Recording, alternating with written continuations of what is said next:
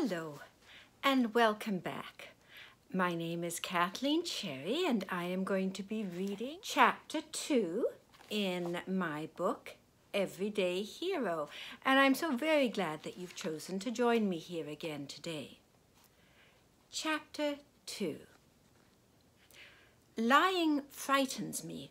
I've tried to do it, but it's like looking at a tree and trying to see a house or a boat or a monkey. Besides, once I tell myself that the tree isn't a tree, the possibilities are limitless. The tree could be anything. A whale, a lion, a hot air balloon, an army tank, a soldier with a machine gun. I stared at page 65 of The Outsiders and wondered if I could lie about Jim. Perhaps I could say I was sick, like Emma, a girl in my old school who had hated Jim. Something touched me. I jumped, jerking my gaze from page 65 of The Outsiders. I do not like to be touched. I turned. The guy across the aisle was leaning over, holding a piece of paper. He jerked his head toward the girl behind me like he had a neck spasm. He was chewing gum, spearmint, and his mouth made a rhythmic, squelching sound. I took the paper. It had a name scrawled on it, Tara. "Alice, are you writing notes?" Miss Burgess asked. Miss Burgess is the English teacher. She never allows talking on phones in her class. She walked down the road to me. She smiled. A smile can mean that a person is happy or glad or even excited. I wondered if she was happy, glad, or excited. "Answer me. Are you writing notes?" Miss Burgess tapped her fingernail on my desk 5 times. I shook my head. "Then who is?" "Him," I said. The boy drew his eyebrows together and made a gesture I will not describe as it is against the rules. He also said a swear word, which I will not write because it is also against the rules. Miss Burgess went red, not a solid color, but mottled with white patches near her mouth and spattered across her cheeks and neck. "I will not have that language in my class." Her voice was high. Then she told the boy to come with her to the principal's office. They left together. Miss Burgess's heels click-clacked into the distance, followed by the heavy, slower clomp of the boy's boots. What a rat! The girl behind me stood, pushing her desk into mine with a clunk. I looked at the floor. I am not afraid of rodents, as they do not bite humans unless rabid, although I don't own any myself because their cages do smell. Someone laughed. "She's like looking for a rat. What a moron." Then I realized that the girl was using an idiom and meant that I was the rat. Rat can mean an individual who tells someone in a position of authority about someone else's misdeeds. I do not like idioms. The girl stood in front of my desk. She put both hands on it and leaned over. She smelled of hairspray and perfume. "Do you get off on getting other people in trouble?" she asked. "I don't know," I said, which was true because I did not know what get off meant. My heart was pounding. I looked down at my desk and counted the lines and the grains of the fake wood. This didn't work because the lines were wavy and merged into each other. My face felt hot and sticky. My breath came quickly as though to keep pace with the thump, thump, thump of my heart. My stomach squeezed into a tight, hard ball. I felt myself start to sway, to rock. I knew that if I rocked or banged my head, they would laugh more. I squeezed my hands together, pressing them against my thighs. I tried to count. "You talking to yourself? You mental or what?" the girl asked. She spoke loudly, even though she was standing close to me. Megan said, "Leave her alone, Tara." I hadn't even realized Megan was in the classroom. For a second, the others grew quiet. "Why, she's a nasty little snitch," Tara said. "Just leave her alone." Megan cracked her knuckles, one at a time. The silence seemed to grow. "You gonna make me?" Tara asked. "If I have to," Megan said. I think she stood. I heard the scrape of chair legs, the jingle of her belt, and the clunk of her boots. I looked up. She was coming down the aisle toward Tara, who had straightened, lifting her hands from my desk. "Cat fight!" someone yelled. I think this is another idiom, as there were no cats about. I do not think the principal allows cats or dogs into the school building. The bell rang, but no one moved. "Well?" Megan asked. "Whatever, I'm out of here." Tara grabbed her backpack, swinging it around so that I felt the air stir. Her runners squeaked as she walked between the desks and into the hall. The door banged shut. People laughed. I didn't know why.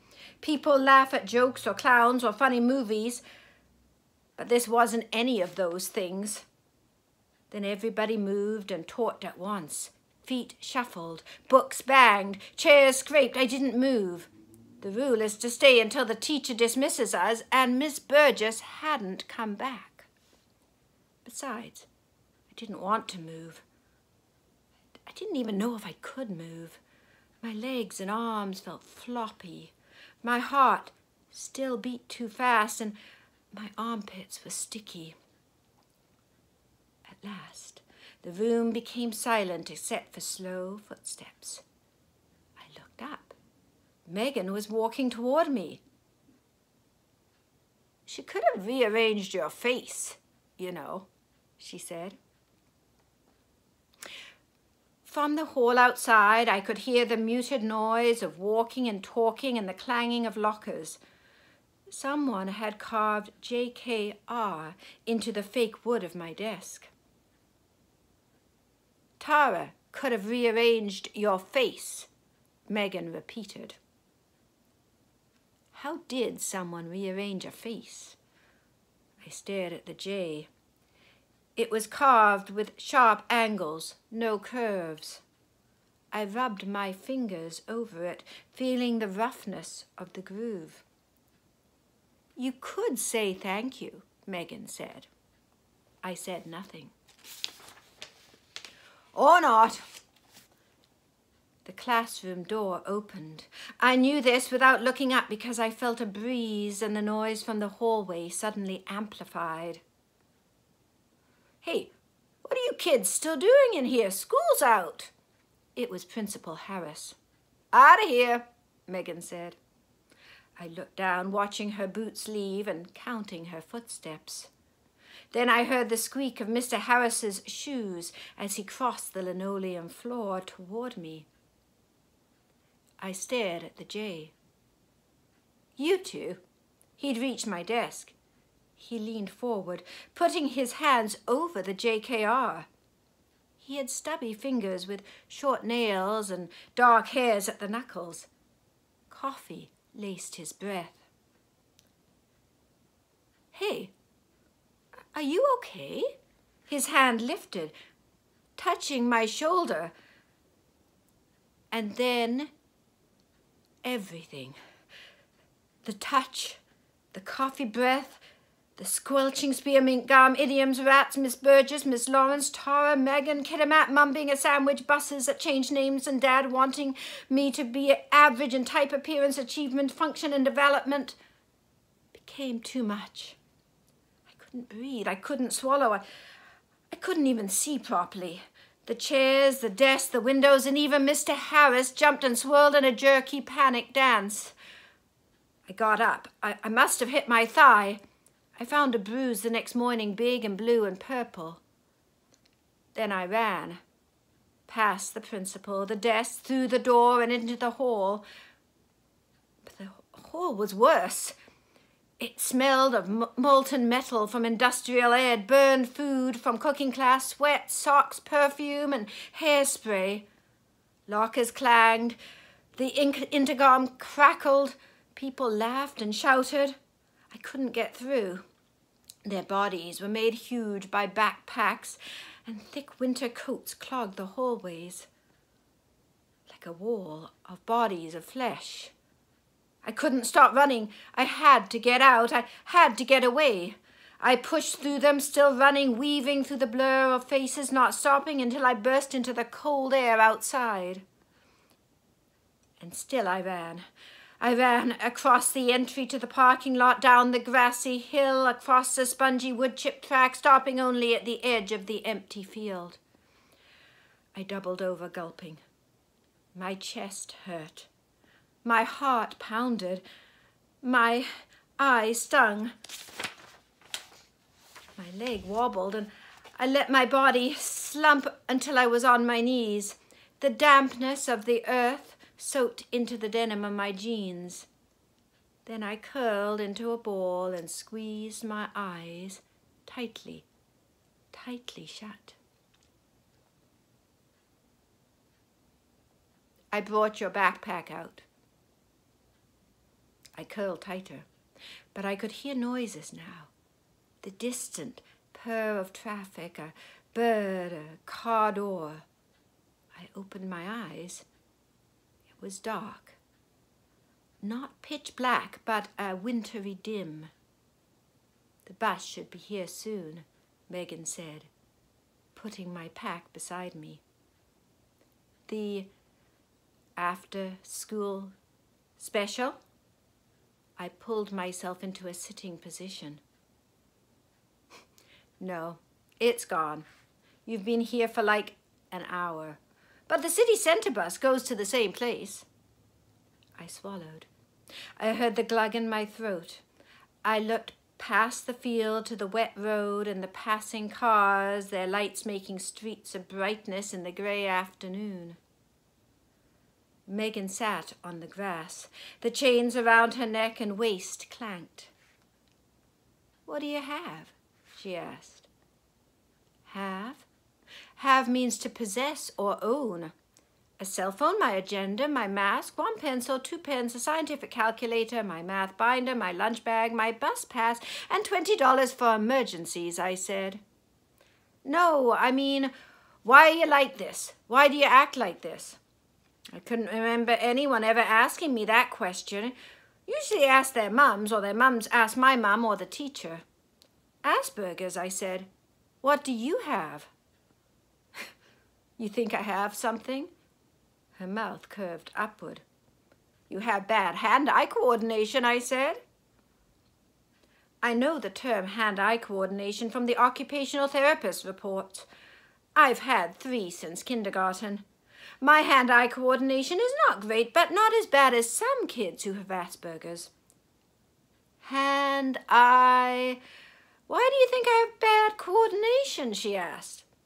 The bruises. She laughed. I didn't understand why, because I had not told a joke or acted like a clown. Her laughter was high. The bruises, she repeated. Do you have a designation? Another word I've known since kindergarten, like other kids learn shapes and colors. Yeah, terminal idiot from a line of terminal idiots. Her laughter stopped suddenly, like it was switched off. She stared toward the road. There was a green Toyota Camry, 6 street lamps, 8 trees, 9 houses. Maybe she was counting them too. It was quiet. So quiet I could hear the feathered movement of a bird flying overhead and the rustling scuffle as Megan dug the toe of her boot into the earth. I liked that she didn't keep talking and that she didn't smell. Not of sweat or perfume or shampoo. We should go to the bus stop, she said, breaking the hush. You going to be okay to take the bus? I didn't answer because I didn't know if I would be okay. I didn't even know what okay meant, because it is one of those words without a clear definition. Plus it comes after mineralize. I take the after-school special every day, I said. The city centre goes to the same place as the after-school special. How do you know? I take it, she said. I get detention every day. At the far end of the road, I saw a bus turn, its headlamps twin beams of light. I heard my breath quicken. I wished there were more cars or houses or street lamps to count. I shook my head and hugged my knees more tightly against my chest. Megan shifted. I heard the rustle of her clothes. You'll miss it if you don't go now, she said. I said nothing, pressing my face onto my knees. Here, she said. I looked up. She held out her hand. A necklace of black beads lay in the center of her palm. A metallic skull hung in the middle. Perhaps she collected skulls. In Vancouver, my mother had a friend who collected decorative mushrooms. She had mushroom plates, mushroom salt shakers, and even mushroom egg cups. Take it, Megan said. You can count the beads. I like to count, I said. I know, Mom too. Does she have Asperger's? No. I took the beads. They felt warm from her skin, smooth and polished. I curled my fingers about them. I counted them. 1, 2, 3. There were 66, which is divisible by 3. Come on. We can still get it. I think the driver gets a 5-minute break here. I got up and we walked across the damp green grass of the school field towards the bus stop. I take the after-school special, I said again. Think of city centre as another name for after-school special. It has 2 names? Kinda. Besides, if you look down, you won't be able to see the sign, you know, Megan said. So I kept my gaze fixed on the patches of dirty snow interspersed with muddy puddles and spikes of grass. I heard the door open with a wheezing squeak of hinges. I hesitated.